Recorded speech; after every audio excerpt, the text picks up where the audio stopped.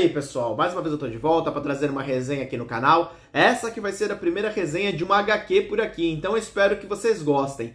Nos anos 90 eu comprava HQs de 3 heróis, né, que são os meus preferidos, eu colecionava por essa época, que era do Batman, do Superman e do Homem-Aranha.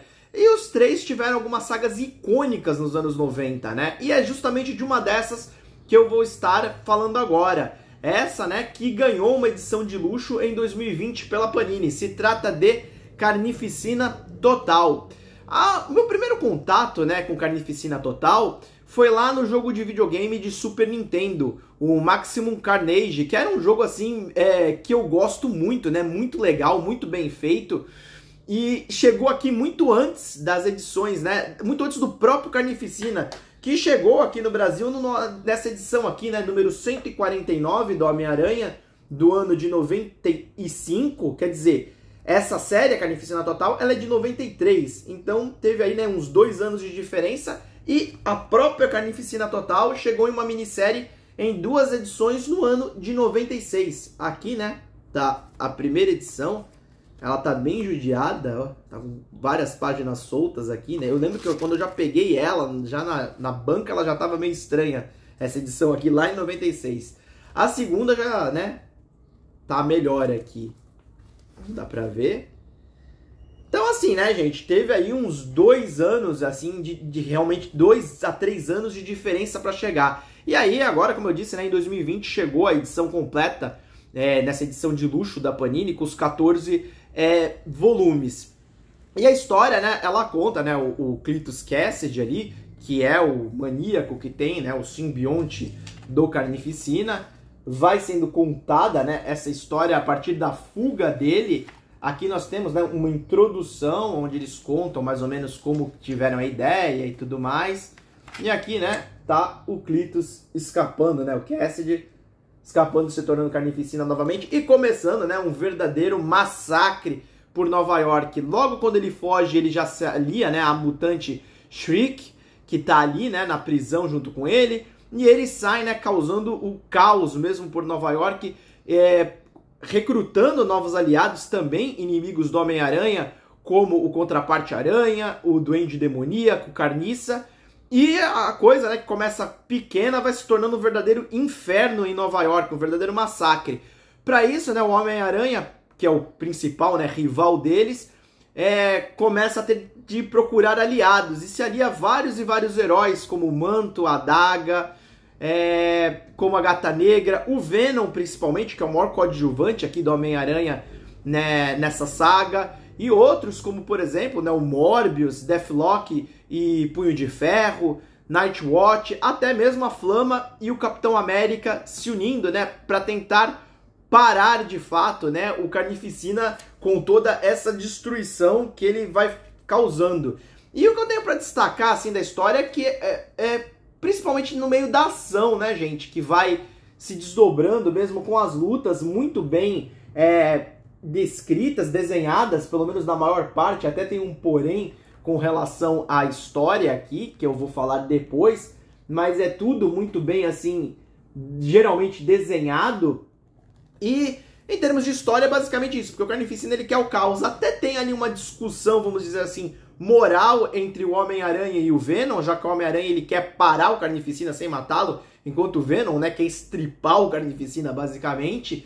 E também uma discussão também um pouco em menor grau entre a Tia May e o pai do Peter Parker, que aqui, né, tá ali naquele momento em que o Harry, né, traz os pais dele de volta como androides, e fica ali, né, uma discussão entre a Tia May que crê no ser humano, enquanto o Parker aí não acredita, né? Então fica, vamos dizer, essa discussão meio que moral do que é certo e o que não é certo a ser feito. Bom, eu, assim, né, eu li essa primeira edição de Carnificina Total com 10 anos, eu tô com 36 agora. Então, a gente tem um olhar mais crítico hoje em dia sobre a história, né, sobre como ela se desenrola e tudo mais. Não dá pra comparar, já tem 26 anos que eu li pela primeira vez, embora tenha até uma memória afetiva. Mas algumas coisas são difíceis de engolir na história e eu acho que diminui um pouco, assim, o impacto dela quando você a relê agora, né? E eu vou citar alguns pontos que me incomodaram um pouco. Em primeiro lugar, a Mary Jane. A Mary Jane tá muito chata aqui. E eu falo isso assim, eu gosto muito da Mary Jane, é uma das minhas personagens preferidas do universo do Homem-Aranha. Só que aqui ela tá muito sem noção, a todo momento ela fica ali, sabe, não querendo que o Peter vá ajudar. E cara, não tem o que fazer, é um monte de maníaco destruindo Nova York, matando centenas e centenas de pessoas. Quer dizer, e ela, por mais que ela tenha aquele negócio, eu não quero que você se arrisque, mas não tem o que ser feito.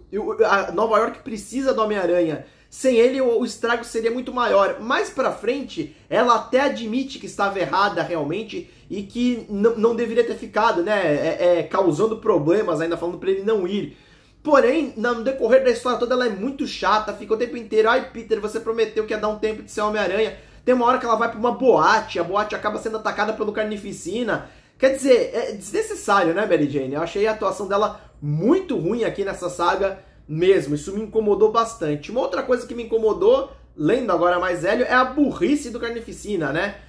Porque, cara, ele tinha tudo ali pra matar várias vezes os heróis, o Deathlock ele tem a chance de matar, o Venom, então, é completamente, né, à mercê dele ali, e ele deixa ele escapar, e quer dizer, ele acaba matando até um próprio aliado mais pra frente na história, é uma coisa meio, né, realmente muito burro da parte dele. Outra coisa que também me incomodou é na resolução da história ali, né, com a bomba do bem ali, né, criada pelo Deathlock, que amplia os poderes da adaga. Aquilo sai do nada, assim, é uma tirada do nada que tem, parece que pra resolver a história e derrubar os outros vilões e deixar apenas o Carnificina de pé. Quer dizer, eu achei, assim, uma resolução até fraca nesse sentido. Por outro lado, uma coisa que eu tenho que destacar é a Shrek. A Shriek aqui, cara, ela é a grande vilã de Carnificina Total. Relendo agora, você percebe que ela que mantém o grupo ali unido dos vilões, ela é o cérebro, ela que faz, né, com seus poderes psíquicos a população se revoltar. E se fosse pela Shrek, eu acho que eles teriam até vencido a batalha aqui. Porque ela queria matar mesmo, é o Carnificina que fica, não, o fulano é meu, eu que vou me divertir matando ele. E ele, né, que acaba arruinando o grupo, enquanto ela que realmente é a personagem assim que move, né, realmente os vilões ali. A verdadeira líder de Carnificina Total é a Shriek, né? Uma pena que ela não tenha sido muito bem aproveitada. Eu parei de colecionar já há muitos anos, né, revistas HQ, ainda no começo dos anos 2000, mas eu acho que não teve nenhum reaproveitamento grande dela, o que é, né, meio que uma pena.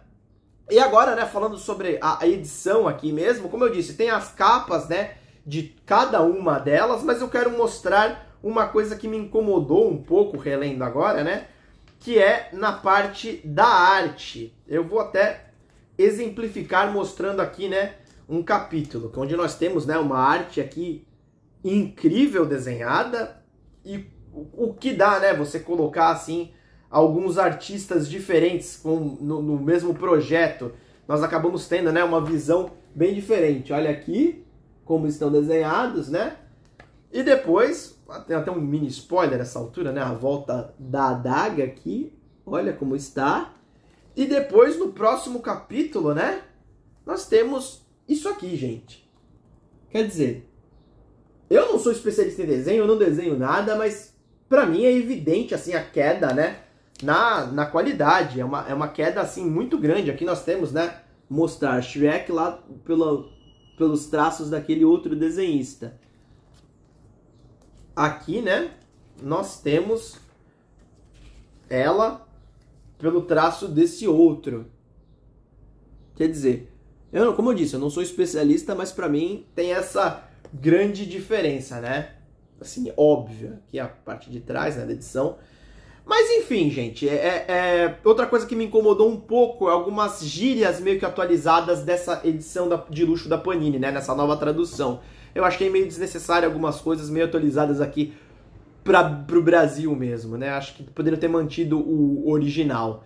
Mas enfim, gente, no todo, minhas considerações finais já é que Carnificina Total vale muito a pena, sim, você ler. Eu acho que é uma história repleta de ação, marcante ali, né, dos anos 90, do Homem-Aranha, uma reunião de muitos heróis conhecidíssimos contra vilões não tão conhecidos em parte do grupo, mas que é uma saga com muita ação realmente. Se você vai quer alguma obra de ação para ler de HQ, eu recomendo bastante, mesmo com esses poréns aí que eu destaquei. A minha avaliação final para Carnificina Total, até mesmo também contando a memória afetiva, é 3,5 estrelas. Eu acho realmente assim uma história boa e marcante para mim, pelo menos lá na época. Mas eu ainda digo uma coisa, o jogo lá, Maximum Carnage, pra mim é a melhor versão dessa história aqui, porque o jogo é muito bom até hoje. A nota do jogo seria, inclusive, maior. Quem sabe eu não trago até uma análise dele aqui no canal. Bom, pessoal, é isso aí. Se vocês assistiram até agora, eu peço que deixem um like, que se inscrevam, porque eu vou estar trazendo cada vez mais conteúdo assim aqui no canal, né? Também pretendo trazer aí da morte do Superman, da queda do morcego, a saga do clone do Homem-Aranha e a última caçada de Kraven, todas as edições que eu tenho aqui lá da época mesmo, né, relíquias, e eu vou trazer aqui. E como eu disse, né, se você quiser acompanhar, se inscreva e deixa o like. É isso aí, pessoal. Mais uma vez, obrigado. Valeu, falou e até a próxima.